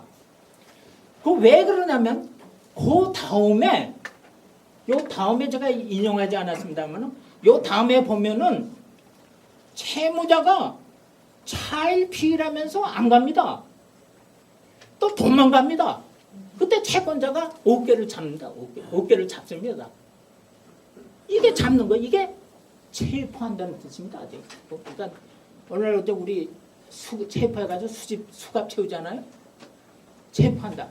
그렇기 때문에 까삐또를 갖다가 체포한다 뭐 이런 걸로 해석하면 안 됩니다. 그 다음에 또 이렇게 보면 병리학자나 노예학자일 경우에는 어떻게 해야 되느냐? 그때는 뭐 쿠션이 달린 마차를 뭐 보내가지고 뭐 어떻게 한다. 그 다음에 외국인의 경우 뭐 어떻게 이런 것들이 쫙 이제 나오는데, 예, 그거는 이제 시간이 죄라서 그거는 이제 생략이 되겠습니다. 그 다음에 그 두 가지가 아주 중요한 거 있습니다. 법조문 해석 문제가 나옵니다. 그래서 요거를 이제 맨 마지막에 뒤로 돌리고, 그 다음에 이제 그 신성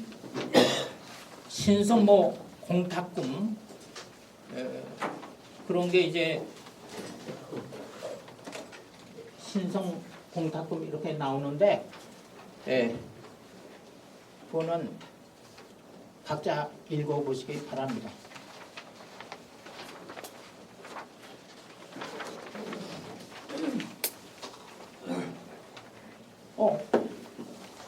요거는 좀 말씀을 드려야 될 것 같은데, 채무자가 있는데 채권자한테 빚을 갚지 않습니다. 그러면 이제 재판을 해가지고 이제 채권자가 이깁니다. 그러면 채무자를 이제 포승, 또 포승하고 뭐 이렇게 이런데 이제 도망 못 가게 이제 만들어 가지고 자기 집에 뭐 지하실 같은데 방에 이제 사설 감옥소를 만들어 가지고 그게 부금합니다. 그래가지고 뭐 3개월, 뭐 1개월, 3개월, 2개월 뭐 해가지고 한 석 달 동안 이제 돈을 이제 갚으라고 이제 그러는데, 로마는 8장입니다. 그 장날에 시장이 열리는 날에 포럼으로 이제 채권자가 채무자를 이제 끌고서 포럼으로 나갑니다. 그래가지고 그 세 번을 이렇게 이제 끌고서 이제 다니게 되는데, 채권자가 채무자의 몸에 손을 대고서 이제 슬슬 돌아다니면은 이건 뭐냐면 가족이나 친척들이나 친구 누구든지 이 채무자를 구할 생각이 있으면은 와서 채권자의 손을 채무자의 몸에서 손을 떼가지고 자기 몸에다 이제 손을 대게 합니다. 그러면은 그 원래 채무자는 완전히 무죄, 자유롭게 되고, 그 대신에 채권자의 손을 자기 몸에 대가 이 사람이 채무자가 되는 겁니다. 그런 기회를 갖다가 여러 차례 줍니다. 그래가지고도 빚을 안 갚으면은 티베르강 건너편, 이건 이방입니다. 외국입니다. 외국. 자, 트란스티베림이라 그래가지고 티베르에서 간 건너편으로 노예로 팝니다. 노예로 팔면 이제 돈을 좀 번지지 않습니까? 그렇거나 또는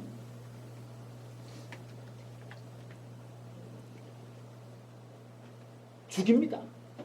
살해합니다. 그래가지고 시신을 분할하는데 예를 든다면 갑울병 세 사람한테서 알기 쉽게 1억 원을 빚을 졌습니다.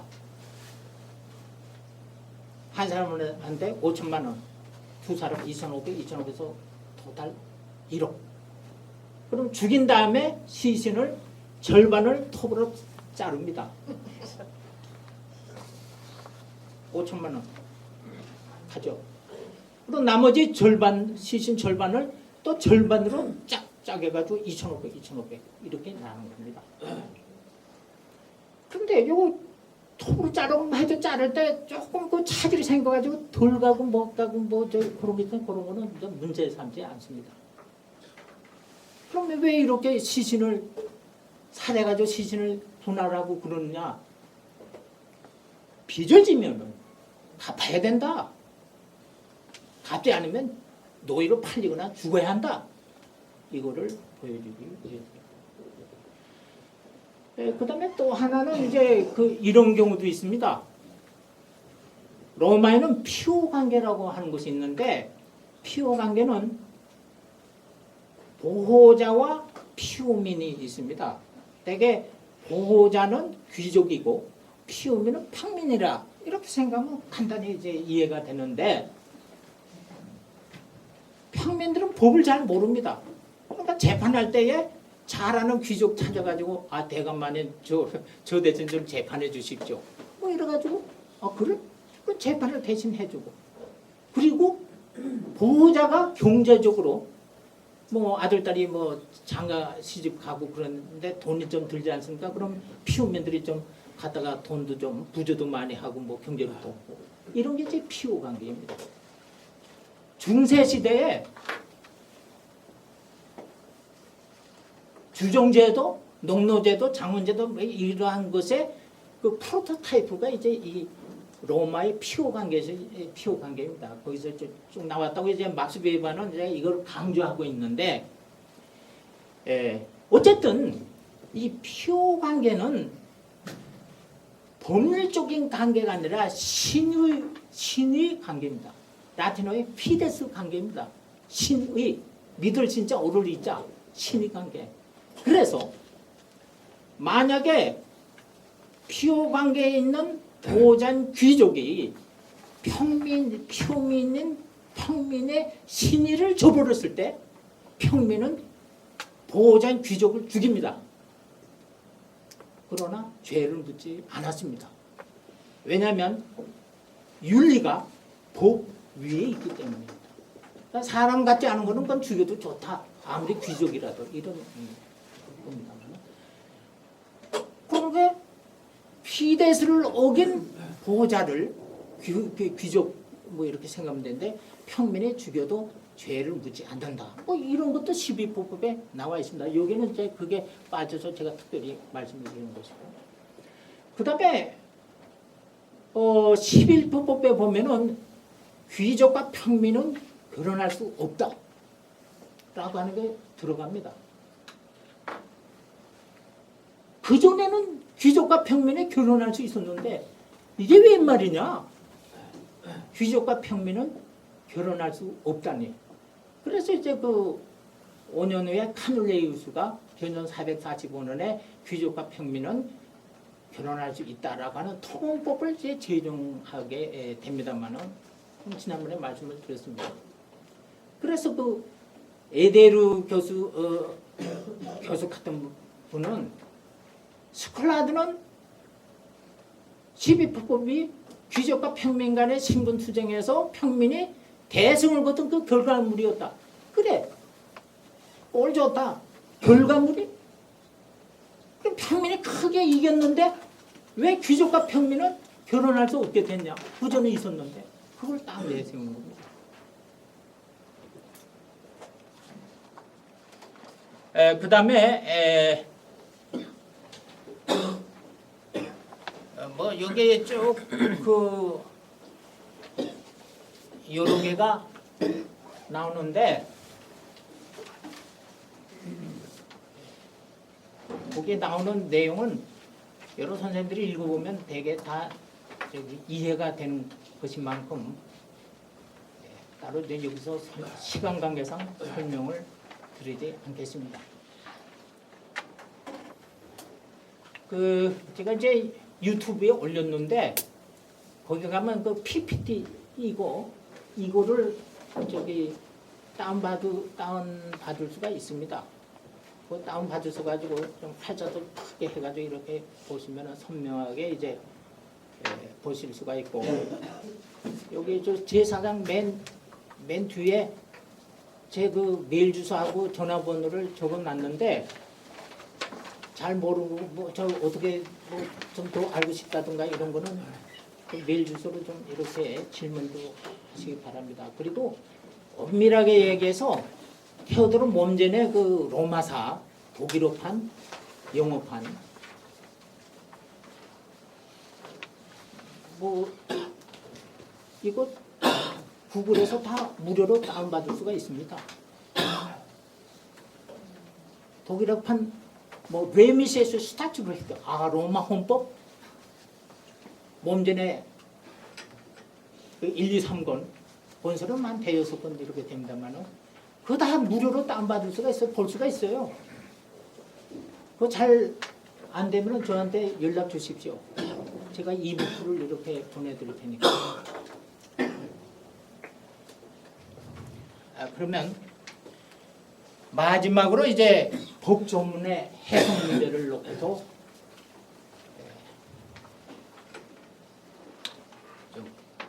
한 두 가지 언급을 하겠습니다.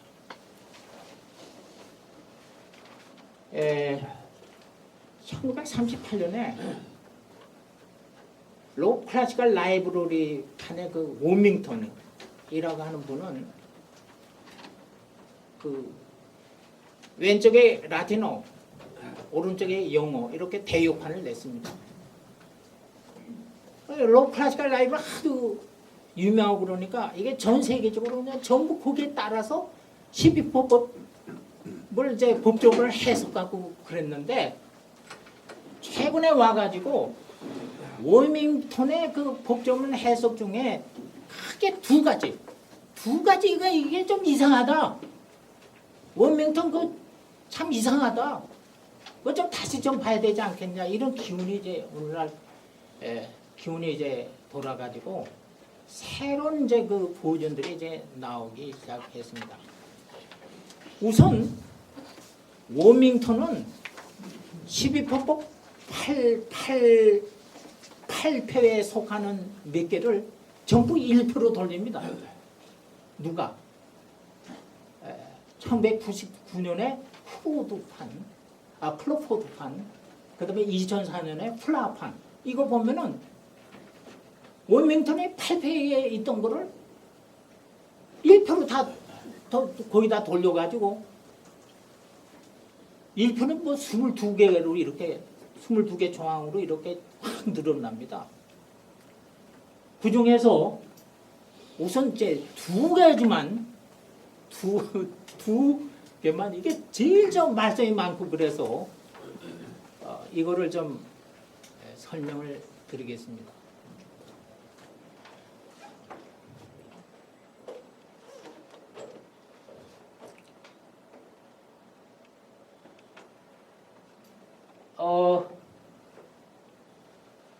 제1표에는 넥스 포르티 산티쿠에 산티 위에는 이제 집어넣는 건데 옆구에는 포르티 와요 엔드입니다. 엔드 위에는 엔드 아주 간단해요. 포르쿠띠와 쌍끝띠, 그다음 넥스. 요게 이제 남아 있습니다. 알기 쉽게 얘기하자면 랑케가 얘기하는 확다가 되겠습니다. 확다의 그 기록 분석 요게 되겠습니다. 그러면 이거를 이제 어떻게 해석을 해야 되냐? 워밍턴은 니체가 얘기하는 픽타 팍타, 인간에 의해서 상상된 그 팍타, 뭐 그래가지고 워밍턴에 이렇게 이제 집어넣습니다. 넥시 만키피꾸의 꿈 오플루스 로마누스 이뎀 포르티 상티 꾸의 이우스 에스도, 이렇게 요걸 이제 집어넣었어요.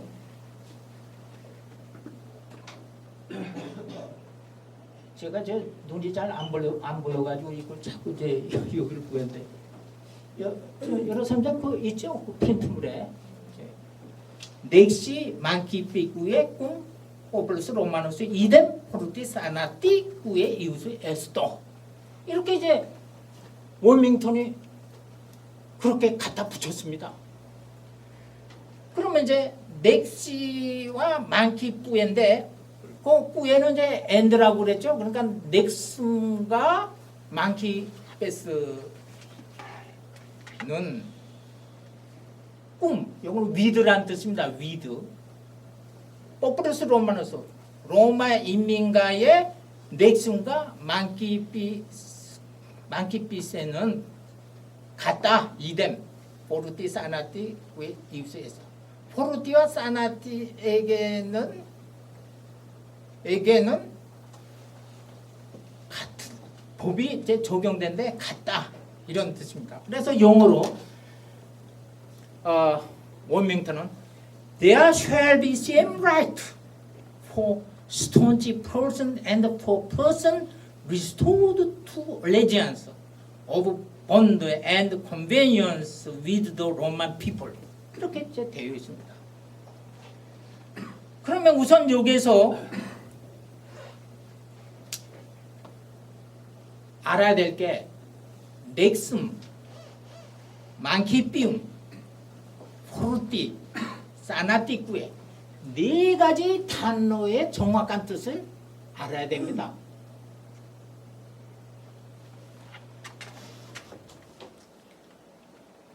그러면은 우선 넥슨과 만키피움, 이게 뭔가 제가 좀 우선 설명을 하도록 하겠습니다.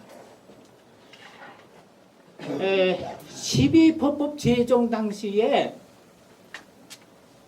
매매거래를 어떻게 했느냐? 매매거래, 이거 아주 중요합니다. 저를 좀 보십시오. 물건을 사는 자와, 이거 잘 들어야 됩니다. 물건을 사는 자와 물건을 파는 자가 이렇게 있습니다. 그러면은 가운데 한 사람이 밸런스라고 해가지고 천칭이라고 이제 보통 보는데, 저울 있잖아요. 양쪽에 이렇게 저울을 한 사람이 딱 들고 있습니다. 저울을 한 사람이 딱 들고 있고, 증인이, 그것은 로마 쓰면 성년입니다. 증인이 5명이 있습니다. 증인이 5명이라고. 뭐 뒤에 있어도 좋고, 저울 큰 들고 있고, 증인이 5명이 보고 있고, 물건을 파는 자와 물건을 사는 자가 이렇게 있습니다. 그러면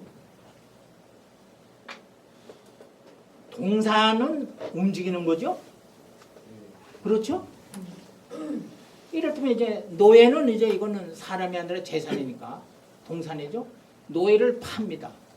그러면 물건 파는 사람이 노예를 이렇게 사는 사람한테 이제 주면은, 사는 사람이 노예의 몸을 딱 쌓습니다. 많기 비움이라는 거는 만우수 손으로 카페를 잡는다. 그래서 이거를 법률용어로는 장악행위, 손으로 잡는 장악행위, 수치행위 또는 수권 내각 뭐 이렇게 이제 그리고 이 노예 이거는 장악물, 수치물, 수권물 그래서 요거를 레스 많기 뭐 이렇게 이제 얘기를 하는데 그런데 이번에 이제 부동산의 경우 토지입니다. 토지는 그냥 어떻게 뭐 토지를 이렇게 하려니까 그 파는 사람이 자기가 갖고 그 팔 토지 있잖아요. 토지에서 그 흙을 한 줌 이렇게 줘가지고 내가 이걸 팔려고 그런다 그러니까 사는 사람이 그래 흙을 이렇게 잡습니다. 그게 이제 이제 토지를 산다는 겁니다. 그래서 사는 사람은 내가 이 토지를 이제 내가 사서 내 것이 되었도다 이렇게 운명을 합니다. 이 노예를 내가 사가지고 내 것이 되었도다 운명을 합니다. 그리고 나서는 그 노예 값이 얼마인지 모르지만 동화는 아직 안 만들어졌죠? 현재 280년경에 나오니까. 그러니까 아이수 시그니 나툼이라고 하는 그 동화 대신에 쓰인 동배, 동간, 동편 뭐 이런 거. 이런 꾸러미를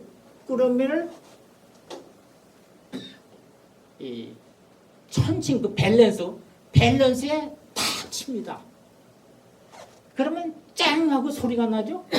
이 쨍 하고 나는 소리는 이 동계 이게 동편 동간 이게 가짜가 아니다. 진짜 불이 돈의 역할을 하는 거다. 그리고 나서 그 밸런스를 잡고 있는 사람한테 그걸 던집니다. 그러면 그 사람이 그 밸런스를 잡고 있는 사람이 판 사람한테 그거를 건넵니다. 그러면 거래가 끝나는 겁니다. 그런데 그거를 부리를 이제 라틴어는 아에스라고 그러고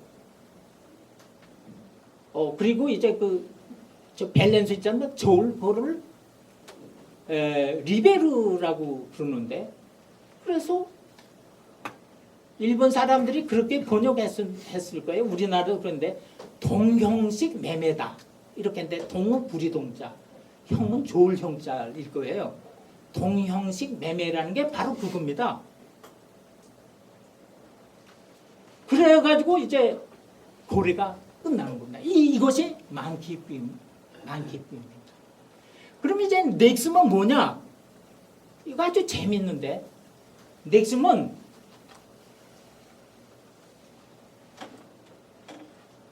토지를 사가지고 토지를 받았는데 대금을 지불하지 않는 거예요. 그러니까 이제 이거 판 사람은 이제 이거 큰일 났다. 이거 어떻게 받지? 그래서 대금을 받을 때까지 내가 너의 인신을 구속해가지고 인신을 담보로 해가지고 나한테 와서 노동을 하라. 일을 하라. 그래가지고 노동을 해가지고 변제하라. 그래가지고 뭐 노동 다 끝나면 이제 자유롭게 하는 거. 이것이 넥슨입니다. 이 구금 구속. 그런데 이제 여기서 한 가지 우리가 알아둬야 될 것은 기원전 326년이라는 설도 있고 기원전 313년이라는 설도 있는데 넥슨 제도는 로마에서 없어집니다. 그러나 제도 자체는 복으로 이제 없어지지만 그 유습은 그대로 뭐 거의 그대로 남았지 않았는가 이렇게 학자들은 생각하는데 그런데 이 만키비움과 넥슨 이 제도 이거를 이탈리아하고 사나티쿠의 이쪽에도 법으로 적용한다는 얘긴데, 워밍턴 얘기인데, 그럼 사나티하고 포르투갈하고 사나티가 뭐냐? 워밍턴은 이탈리아 동맹국 시민들이라는 뜻으로서, 포르투갈은 원래 이탈리아 동맹국 시민으로서 로마에 충성을 했고, 사나티쿠에는 로마를, 이탈리아 동맹국인데 로마를 배반했다가 잘못했구나, 크게 죄를 뉘우치고 제정신으로 돌아와서 다시 로마에 충성을 바치는 이탈리아 동맹국 시민들, 이런 걸로 해석을 했습니다. 그래서 제가 그냥 그 간단히 로마의 시종 충성을 했던 사람과 로마를 일시 배반하여 반란을 일으켰다가 다시 로마에 충성을 하게 되었던 이탈리아 동맹국 시민, 즉 포르투스와 사나테스 두 라틴 인군 족속에 대해서는 로마 시민과의 넥슨과 만키피움에서 로마 시민과 똑같은 법이 적용돼야 한다는 그런 내용이다. 이것이 워밍턴의 그 판본의 이 보존입니다. 이제 이걸로 다 그냥 아무 의심 없이 다 이 법정은 워밍턴이 제시한 대로 그걸 따라서 해석을 했습니다. 그러다가 이제 이렇게 가만히 보니까 아우구스투스 시대에, 상당히 한 500년 지난, 그죠? 아우구스투스 시대의 그 사전을 이렇게 보니까 아무개가 이제 사전을 편찬하는데 거기 보니까 포르투스, 사나티스 뭐 이거는 이탈리아 동맹국 시민, 뭐 라틴인들 뭐 이런 종족, 이런 얘기도 나오지만 또 한편으로는 아주 이제 육체가 강건하고 그다음에 정신적으로 정신병을 앓았던 사람들이 다시 정신 건강을 살았던 그런 사람들, 뭐 그런 뜻으로도 나와 있거든요. 그래서 도대체 무슨 12법에 제정할 때 뭐 이탈리아 동맹국 시민들, 뭐 이탈리아 동맹국 그렇게 아니 로마 시민들 간의 그 시민법인데 왜 갑자기 외국인인 이탈리아 동맹국 시민들의 얘기가 끼어들었느냐? 저도 이제 그런 생각을 하고 있습니다만, 그래서 퀘션 마크를 붙여가지고 이게 맞다라고 해서 이제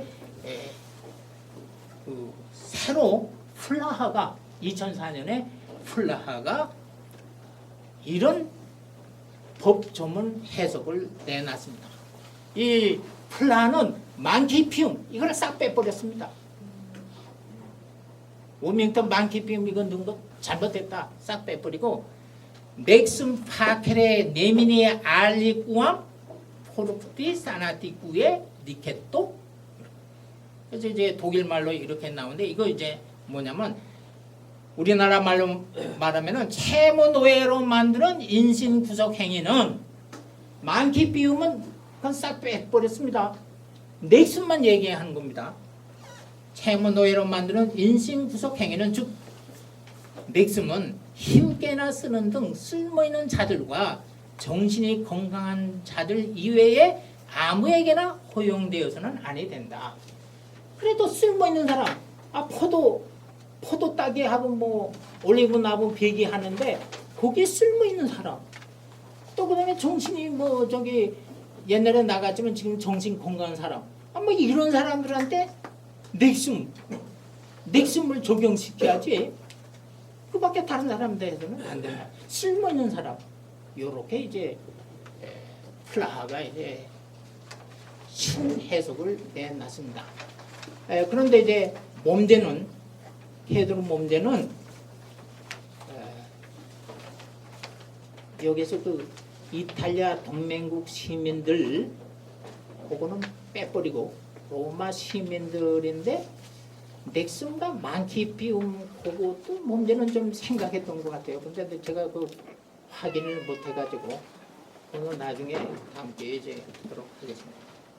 그 다음에 시간이 좀 지났습니다만 아주 간단하게 제1표의 20에 랑케 리키니오쿠에라고 하는 것이 이제 나옵니다. 이게 이제 이거는 뭐 여러 편의 논문이 나올 정도로 아주 유명한 건데, 워밍턴 로드 클래시컬 라이브러리 워밍턴 판본은 이렇게 됐어요. 랑케 앤 리큐. 그래가지고 영어로 with platter and rowing clothes 뭐 이렇게 딱 번역을 해놨어요. 이게 도대체 뭡니까? 무슨 뜻입니까? 그래서 이제 그 동양권에서는 그릇과 요대로 뭐 이렇게 이제 해석을 해놨어요. 그릇과 요대로. 그래서 이제 그 한자는 그릇 명자인데, 그릇 명자는 뭐냐면 녹사자에 밑이 긴 겁니다. 녹사자에 밑이 길게 이렇게 뻗은 거. 그러니까 그릇 명자입니다. 명과 요대로. 근데 이제 요대는 뭐냐면 이제 호리띠입니다. 호리띠. 그릇은 이제 쟁반 뭐 이런 걸 생각하면 되겠고.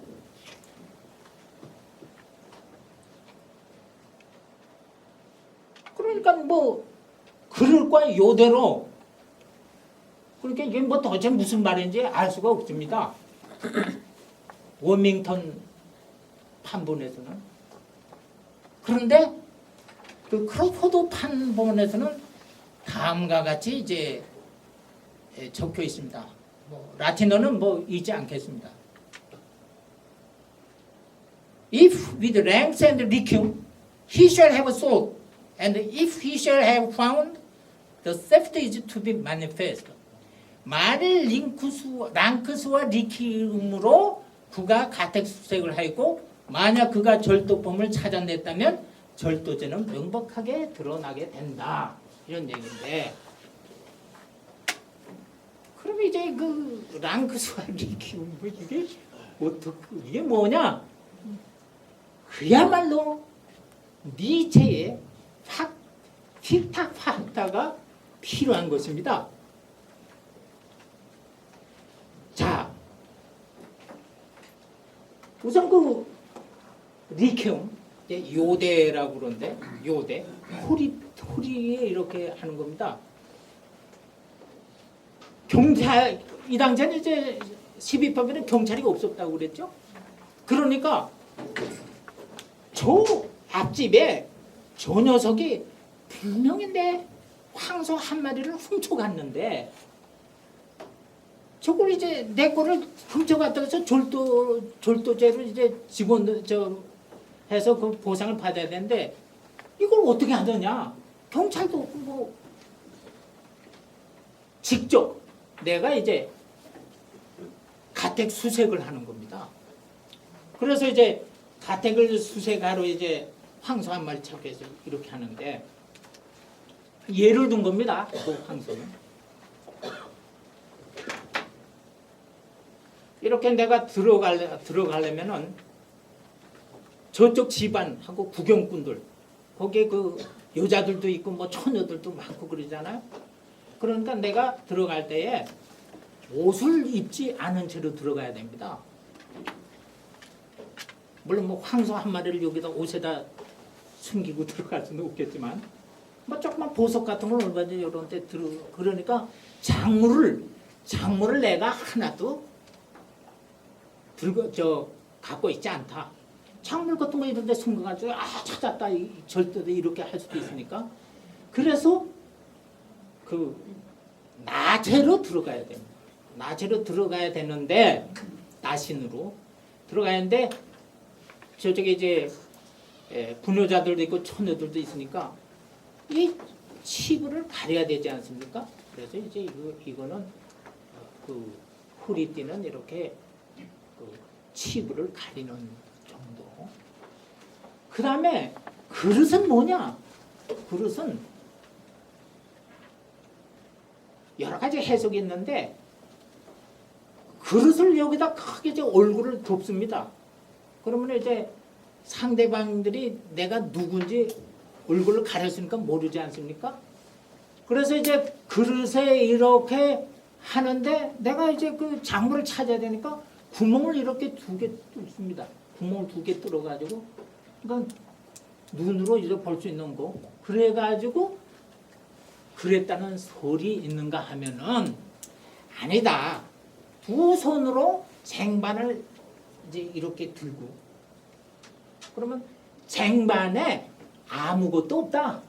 작물 같은 거 뭐 저 거기 없다. 그래가지고 이제 들고 들어가서 작물을 찾으면은 뭐 조그만 보석이라도 찾으면은 그거를 여기에다가 내가 이 집에서 찾았다라고 해서 저 작물을 여기다가 저 그릇에다 쟁반에다 넣고 나온다. 뭐 그런 해서